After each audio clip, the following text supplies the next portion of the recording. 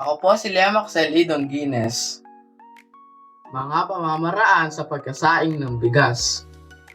Una, kumuha ng tamang dami ng bigas. Pangalawa, hugasan ng 2 hanggang 3 beses ang bigas.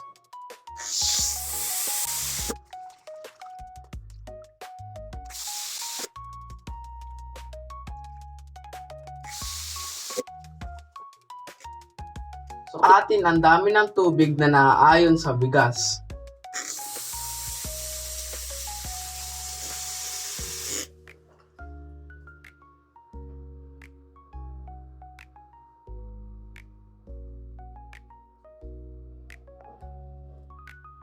Ilagay sa kalan ang kalderong may bigas at buksan ang kalan.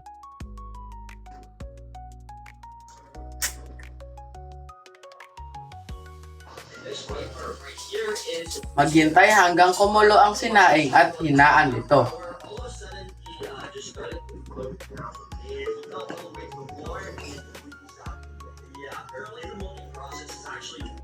Matapos hinaan, maghintay ng ilang minuto hanggang maubos ang tubig at saka patayin ang kalan.